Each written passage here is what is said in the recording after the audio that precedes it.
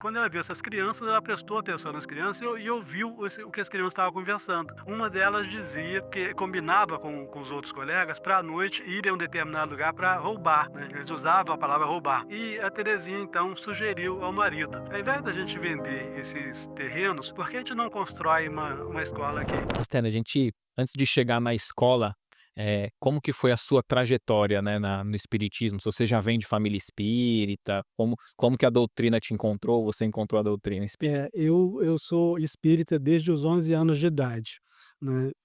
Quer dizer, porque a partir dos 11 anos de idade eu passei a frequentar a Mocidade Espírita, né, que foi o Centro Espírita Luz e Caridade, que fica em Olaria, aqui no Rio de Janeiro.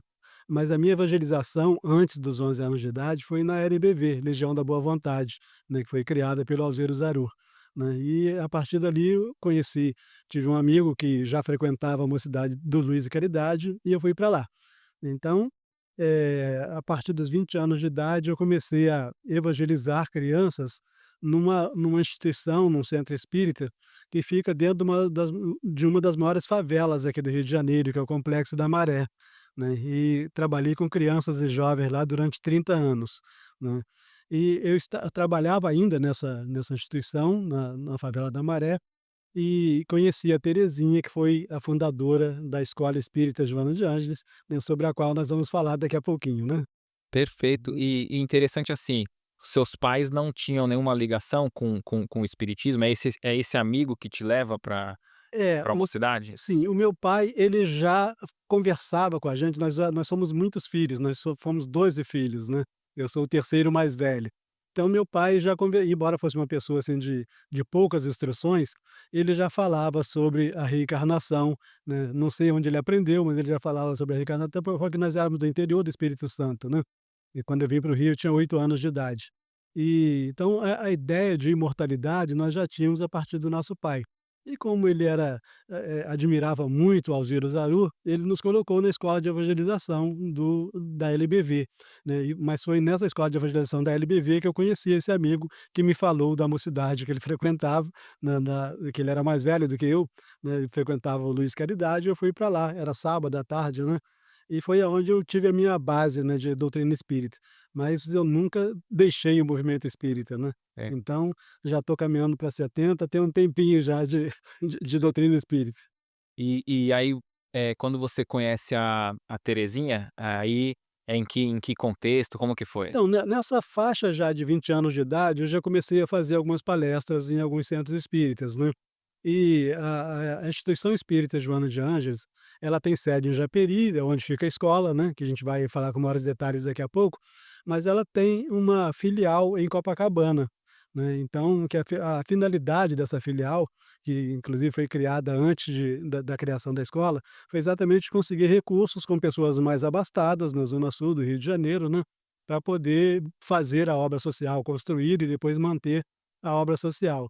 Então, já nesse período, eu fui convidado para fazer estudo com a mocidade da Instituição Espírita Joana de Ângeles, que inclusive uma das pessoas conhecidas, né, de todo o público, né, que fazia parte da Mocidade Espírita Joana de Ângeles era o André Trigueiro, né. Então, algumas vezes que eu ia à mocidade da Joana de Ângeles para fazer estudo com a mocidade lá, um dos alunos era o André Trigueiro. Perfeito. Uhum. E o que você viu ali, quando você conhece a Terezinha, o trabalho já está em andamento? Sim, o trabalho já estava em andamento. Eu tinha uns 20 e poucos anos de idade, quer dizer, já quase 30 nesse momento, e só que a instituição espírita Joana de Ângeles, ela foi criada pela Terezinha e alguns amigos que faziam parte do centro espírita, a agremiação espírita Francisco de Paula, que fica na Tijuca. Quando a Terezinha e aí a gente já começa não tem como falar da Terezinha sem falar da escola, né. Não, fica à vontade. Não tem como falar da Terezinha sem falar da escola. Então a Terezinha e o marido dela, eles tinham uns terrenos lá em Japeri, né, que eles compraram quando eles moravam em Queimados, que é uma região próxima de Japeri. Eles compraram com a finalidade de morar lá. Só que eles moravam aqui no Rio de Janeiro, na zona sul do Rio de Janeiro. E resolveram então, a partir de um determinado momento, acharam que não tinha mais chance de morar em Japeri e resolveram vender o terreno. Então foram para lá, com a finalidade de identificar exatamente as marcações do terreno e tal, e pedir para fazer avaliação para eles venderem os terrenos. E quando chegaram lá com esse propósito, é que aconteceu um fato, né, que levou a ter hoje a escola.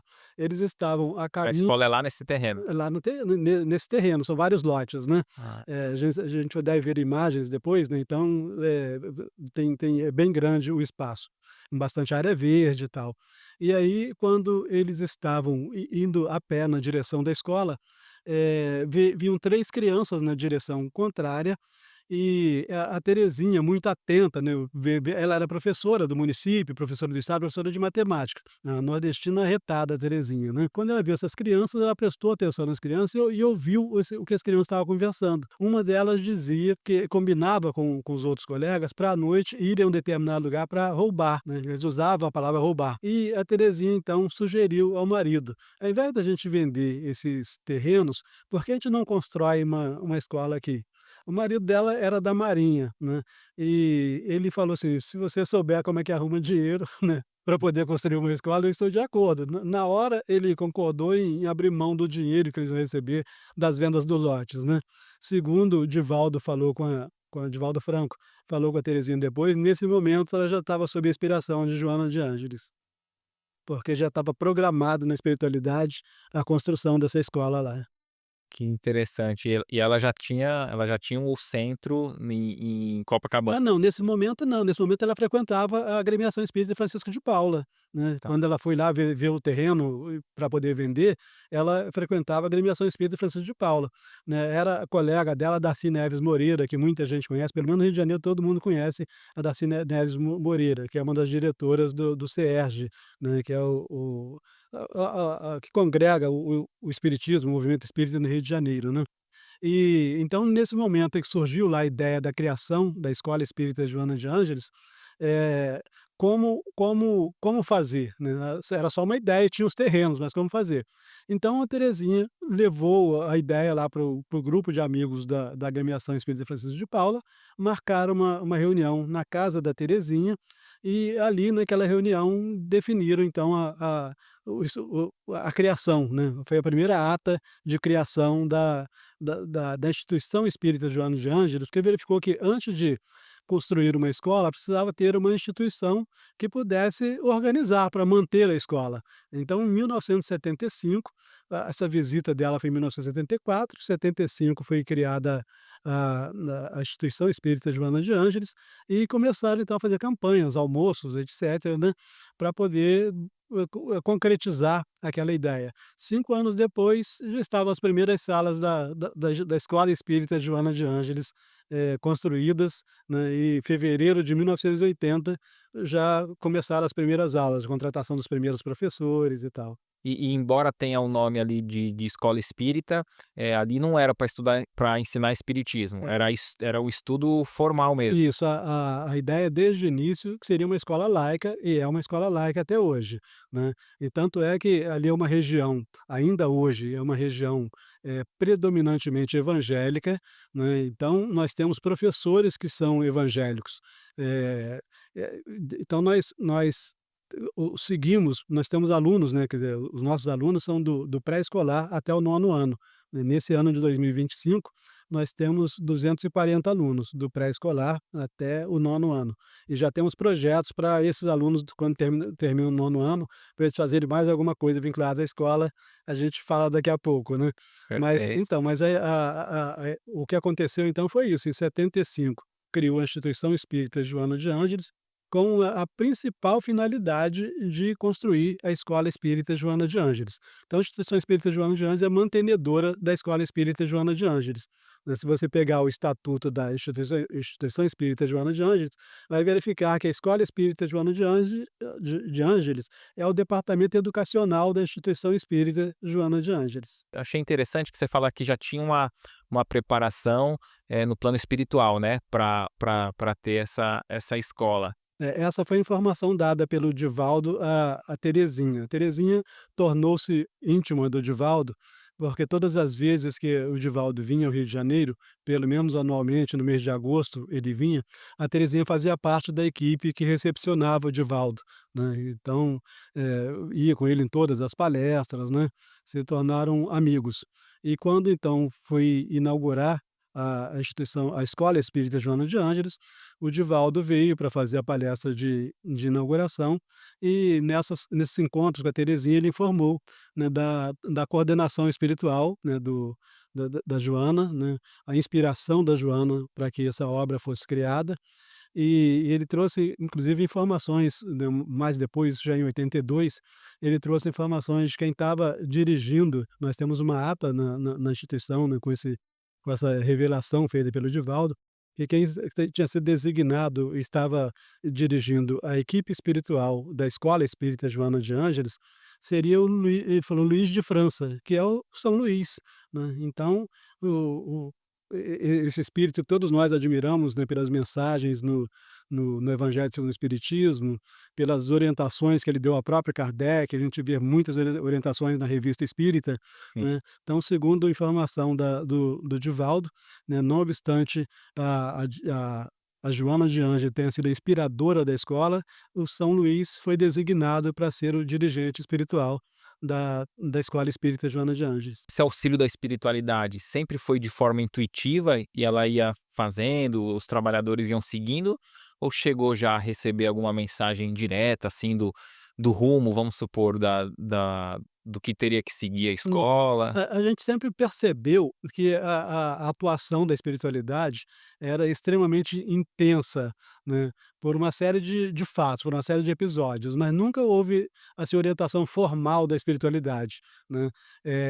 A gente um desses episódios, né, até relativamente recentes, mas sempre ocorreram, vou falar de um relativamente recente, né, mas esse recente está em toda a história da escola, né. Em 2018, nós estamos em 2025, em 2018 a diretoria da Instituição Espírita Joana de Ângeles, a Terezinha estava encarnada ainda, a Terezinha desencarnou em 2021. Então, a diretoria decidiu fechar a escola, porque não tinha mais recursos para manter a escola de jeito nenhum, né, e o aperto financeiro sempre existiu, mas, essa era o que demonstrava uma das presenças da espiritualidade, porque no dia de pagar salário, o dinheiro entrava, né, quer dizer, até a véspera não tinha dinheiro, mas no dia que tinha que pagar salário, o dinheiro entrava. E para comprar alimento para todas aquelas crianças, então sempre no aperto, né. Só que quando chegou em 2018, nós estávamos numa situação insustentável, porque todo mês fechava a contabilidade, na época eu era tesoureiro da Instituição Espírita Joana de Ângeles, então todo mês fechava a contabilidade pelo menos com 10.000 a menos, né, quer dizer, a despesa R$ 10.000 a mais do que as receitas. E isso, mês a mês, a gente estava acumulando um débito grande. E nós pensamos assim: até onde nós vamos, né? Nós precisamos, no mínimo, ter alguma reserva que garanta pagar as verbas rescisórias dos empregados, né? Porque a gente não vai a uma instituição espírita demitir empregado e dizer para ir para a justiça, como as empresas fazem. Então, nós tínhamos essa responsabilidade. Então, quando chegou no momento em que a gente viu que a reserva que a gente tinha, no máximo, daria para pagar as verbas rescisórias, nós resolvemos, então, fazer uma reunião e aprovar o encerramento da escola no final daquele ano, né, no final de 2018. Bom, aí foram preparados, quando chegou a época exatamente de fechar, eu mesmo preparei, porque eu sou advogado, preparei os termos de rescisão dos contratos de trabalho. Fui à casa da Terezinha, entreguei para ela num domingo, entreguei para ela os termos de rescisão, que era para ela entregar aos empregados no dia seguinte, na segunda-feira, para 30 dias depois todos eles estarem dispensados, né, então isso ia coincidir com o final do período, essa coisa toda. Bom, aí no dia seguinte, a Terezinha levou os termos de rescisão para a escola, e quando foi 8 horas da manhã, me ligou uma pessoa da Fundação Francisco e Clara de Assis, de São Paulo, essa fundação já dava alguma ajuda já há algum tempo, né, já dava alguma ajuda mensal para a escola, mas mesmo com essa ajuda financeira da fundação, nós estávamos com esse vermelho de pelo menos R$ 10.000 por mês. Bom, aí liga uma pessoa da fundação, me diz, que ela sabia que eu era tesoureiro, eu mandava relatórios para eles e tal. "Sostene, chegou o conhecimento da gente", não sei nem quem levou o conhecimento, "chegou o conhecimento da gente que a escola vai fechar, é isso mesmo?" Eu falei: "É, foi decidido isso na reunião, e a Terezinha já levou hoje os avisos prévios para os empregados." Ela falou assim: "Mas dá para segurar um pouquinho ainda?" Eu falei: "Dá, é tudo que a gente quer é segurar, a gente a gente não quer fechar a escola." Aí ela falou assim: "Porque eu vou conversar com o presidente aqui para ver se dá para a gente aumentar o valor que a gente paga." Ela falou assim: "Quanto vocês estão precisando para não fechar a escola?" Eu falei: "Hoje a gente não fecharia a escola se aumentasse a receita em R$ 10.000. A gente não quer nem que sobre, a gente que precisa ter o suficiente para poder, pagar a folha de salários, né." Aí eu liguei para Terezinha e falei: "Terezinha, não entrega os avisos prévios, porque me ligou uma pessoa da fundação e pediu um tempo." Aí a Terezinha falou: "Ok", ela já tinha comunicado, não tinha dado aviso prévio, mas já tinha comunicado para alguns lá. Já estava todo mundo chorando, né, que a escola ia fechar, esse tipo de coisa. Bom, aí umas 2 horas depois me ligou essa pessoa da fundação e disse assim: "Olha, o problema de vocês então para não fechar a escola são R$ 10.000. Falamos aqui com o presidente, vamos aumentar em R$ 12.000 por mês o valor que a fundação, o doa para a escola, né." Eu liguei para Terezinha, rasga os avisos prévios. Quer dizer, então, episódios como esse, de em cima da hora, né, a escola é salva, surge a solução, né, aconteceu sempre. Tem a questão da qualidade, né, como que, assim, a Você como que é? Porque ele mede pelo MEC, né, eu sou leigo nisso daí. a gente, não mede ainda pelo MEC, a nossa escola especificamente, não porque a gente não quer, a gente já está insistindo com isso há algum tempo. É porque a nossa escola é considerada escola particular, né, e o MEC só faz essa medição Ah, entendi. das escolas públicas, né. Então até agora em maio nós tivemos a secretária de educação visitou a escola, e nós pedimos a ela para ela tentar encontrar um modo de avaliação que é feita das escolas municipais, eles aplicarem também na Escola Espírita Joana de Ângeles, né. É do nosso interesse, né, porque nós temos certeza que até o índice do município vai melhorar se a Escola de Joana de Ângeles entrar, né, porque o nosso ensino é um ensino de qualidade, né, que é reconhecido. Quando a secretária foi lá, inclusive em março, ela, publicou no site da prefeitura, né, tecendo 1000 elogios à escola, né. Professoras do município que, às vezes visitam a escola, dizem que têm inveja da escola, porque o material didático tem para tudo, tudo organizado, enquanto no município eles não têm, né. E é tão interessante isso, só quem visita a escola para ter uma ideia, né, às vezes a gente falando assim, né, mas quem visita sente. O êxodo escolar é zero, né, só sai algum aluno daquela escola quando a família, eventualmente, raramente, a família se muda de lado de Santa Amélia, vai para outro município, para outro bairro. Fora disso, a criança entra em janeiro e sai em dezembro, né, e passam todos os anos, não sai aluno da escola, né, para ter a ideia da qualidade da escola e do clima que tem naquela escola, né. As crianças têm dificuldade de ir para casa, elas querem ficar na escola. Eu fui convidado pela Terezinha para entrar para a diretoria da instituição em 2013. E aí, exatamente no ano que eu entrei pra diretoria, a escola recebeu uma execução fiscal. Eu estava falando isso por causa dos detalhes da espiritualidade se encarregar de qualquer abacaxi, né. Então a instituição recebeu uma execução fiscal, pelo INSS, né, o autor da ação era o INSS, na Justiça Federal, e cobrando um valor, histórico de R$ 380.000. Quer dizer, aquilo ali atualizado com juros, né, ter que dar a escola para a Receita Federal para poder, eh atender, Ali a dívida. quitar aquela dívida, né. Bom, mas aí, isso aconteceu uns 2 meses depois que eu entrei para a diretoria. Bom, e nessa época eu já estava dirigindo uma reunião no núcleo de Copacabana, né, não sei se eu já falei, mas nós temos o núcleo de Copacabana, que foi criado antes da escola, né. Então eu estava dirigindo uma reunião de desenvolvimento mediúnico, era toda quinta-feira à noite, mas era mais estudo mesmo, né, sobre mediunidade, especificamente sobre mediunidade. E, como era quinta-feira à noite, eu faço palestras em outros centros, então quando eu não podia ir para dirigir a reunião, tinha uma substituta, né, fixa, que se eu não estivesse, ela já estava, né, combinado que ela seria a dirigente. Numa quinta-feira que eu não pude ir, aí, apareceu lá uma menina jovem ainda, uns 17 anos de idade, com uma mediunidade espetacular, e que nós nunca tivemos antes qualquer médium com a capacidade, né, daquela menina, e não era espírita. Tinha mediunidade e não era espírita. Foi exatamente para poder conhecer, né, para saber até o que estava acontecendo com ela. Bom, mas então nessa quinta-feira ela não foi. Na quinta-feira seguinte, eu estava presente. E aí fizemos a reunião normal, né, com estudo sobre mediunidade, uns minutos no final para tentativa de psicografia, enfim. Aí quando terminou a reunião, ela descreveu, ela era médium-vidente, ela descreveu o que ela viu no ambiente. Aí falou comigo, tinha aí do lado do senhor, um senhor, descreveu, né, as características, barba, etcétera, né, e disse que é colega do senhor, né, e pediu para eu lhe dizer, ela nem sabia descrever direito, porque era uma linguagem técnica, profissional. Pediu para eu lhe dizer, para você prestar atenção num artigo ou inciso, eu não entendi direito, quer dizer, era linguagem de advogada, né.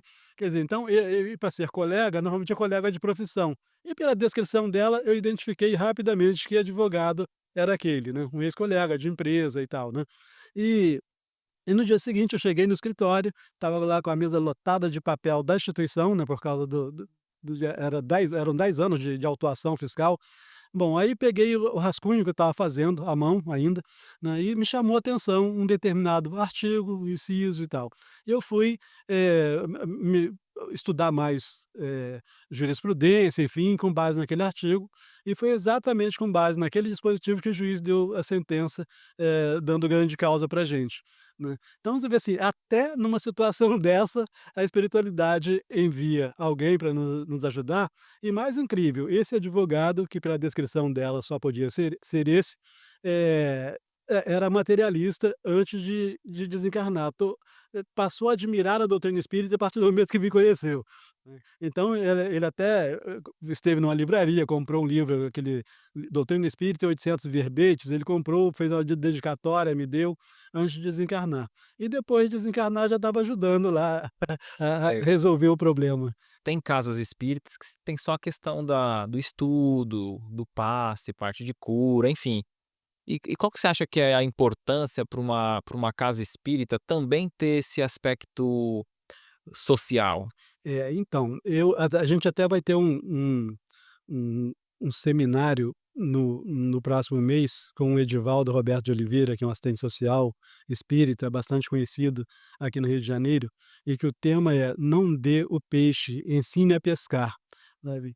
Então nós estamos convencidos de que o trabalho que nós fazemos de preparar crianças para a vida, né, é a melhor assistência social que se possa fazer, né, porque, se simplesmente a gente der o pão, a gente vai dar o pão a vida inteira, a necessidade vai continuar existindo a vida inteira e a gente não vai resolver problema nenhum. Obviamente que entre não fazer nada e fazer alguma coisa, é melhor dar o pão, né, Perfeito. mas se puder, ao invés de dar o pão, ajudar a pessoa a se autossustentar, né, esse é o ideal, né. Eu até costumo, até conversando com o César Saíd recentemente, o César Saíd é o atual diretor da Escola Espírita Joana de Ângeles, né, escritor espírita, tem vários livros publicados, e estava falando que assim, para pra gente o ideal seria que a Escola Espírita Joana de Ângeles não fosse vista como uma obra social da Instituição Espírita Joana de Ângeles, e sim uma obra social das casas espíritas do Rio de Janeiro, né, ou pelo menos das casas espíritas da Baixada Fluminense, né, já que, nem todos os centros têm uma obra social, não precisa todo mundo ficar abrindo uma obra social, né, e normalmente é distribuição de cesta de alimentos, né, sabe. Então, assume a Escola Espírita Joana de Ângeles como sendo a sua obra social, né, porque aquilo pode ampliar cada vez mais, né.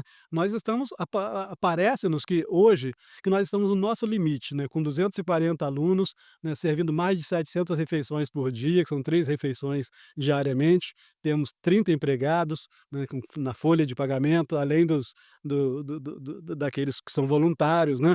Enfim, estava dizendo para ele que o ideal seria que que a escola fosse vista como a obra social das casas espíritas. Então, ao invés de ficar gastando recursos, né, para poder atender necessidades que nunca são supridas, gastaria recursos para poder investir aonde de fato está resolvendo o problema social. Perfeito. E geralmente, assim, eh, pra fazer um trabalho de escola, eh, não é fácil, né.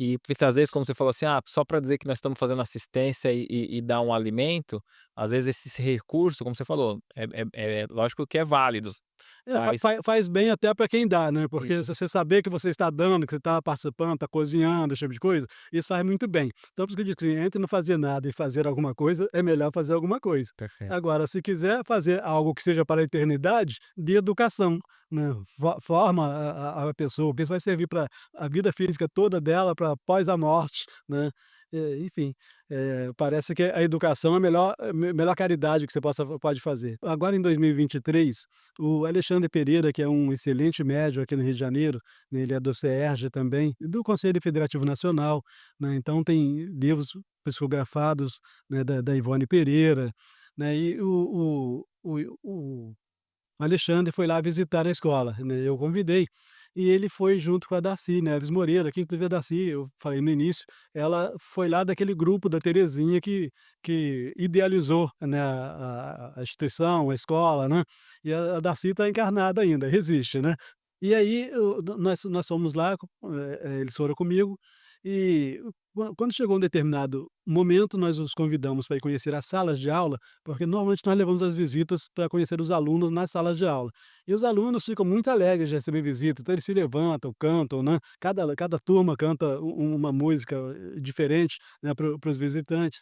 Bom, mas quando terminamos a visita, nós fomos para o centro, né, o centro fica do outro lado da rua, né. Então nós normalmente terminamos a visita no centro, onde nós fazemos uma prece, e aí o Alexandre recebeu uma psicografia da Terezinha, a fundadora da escola, né. Então ela traz detalhes, assim, totalmente convincentes de que era ela mesma, né. Então ela se dirige ao filho, por exemplo, e o filho nem estava lá. Ela só: "Diz ao Beto", que é o único filho dela, "diz ao Beto que agora, como não dependo mais dele para viajar", porque o Beto controlava muito ela já estava com idade, né, ela desencarnou já com 89 anos, e aí fala: "Diz ao Beto que agora eu não dependo mais dele para viajar, que eu estou viajando para tudo que é lado, né, então para continuar arrumando recursos para a escola". E ela diz: "Ó, eu continuo de olho", que era bem uma expressão dela, "eu estou de olho", sabe.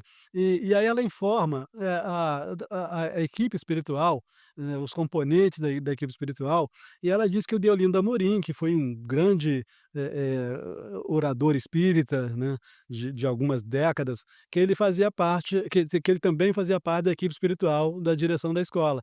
Inclusive na fundação da escola tem lá um quadro com o Divaldo, a Terezinha e o Deolinda Amorim, lá na inauguração da escola. Então a gente tem um reforço, né, da espiritualidade de vez em quando, para não deixar a gente desanimar, né. Então, Sim. então de vez em quando a espiritualidade mostra pra gente que que de fato eles estão de olho, né. O que que a gente faz? Eu até costumo dizer que se nós não atrapalharmos, né, a espiritualidade faz o resto, né. Perfeito. Sabe, porque se dependesse da gente essa escola existir 45 anos, sabe, atualmente com 30 empregados, depender só da competência da gente, não Mas tem que ter o esforço também, né, sim, para não sem cair no outro ele pra não cair no outro extremo, né, de achar que a espiritualidade vai vir, vai dar pelo tem contrário, nós vocês têm arregaçado a manga também, né. nós sabemos que 100% da responsabilidade é nossa, mas sabemos que nós não conseguiríamos Isso, se não fosse a espiritualidade, né. Então, perfeito. não basta a gente esperar que dinheiro caia do céu, porque os espíritos não aprenderam a fazer dinheiro, né, mas eles nos secundam, nos encaminhando ou encaminhando pessoas a nós, né, que possam nos ajudar. Então a gente vai fazer a troca da instalação elétrica, aí verifica, faz o projeto R$ 35.000. Para a gente que está no vermelho, de onde vai tirar R$ 35.000? Por isso eu falei, as coisas acontecem, né. E aí a gente começa então gastando o que não tem, aí chega alguém: "Quanto está faltando para terminar a instalação de energia elétrica?". E acontece sempre isso, mas os espíritos deixam primeiro a gente começar. É. Aham. Então se a gente não começar, eles não fazem nada.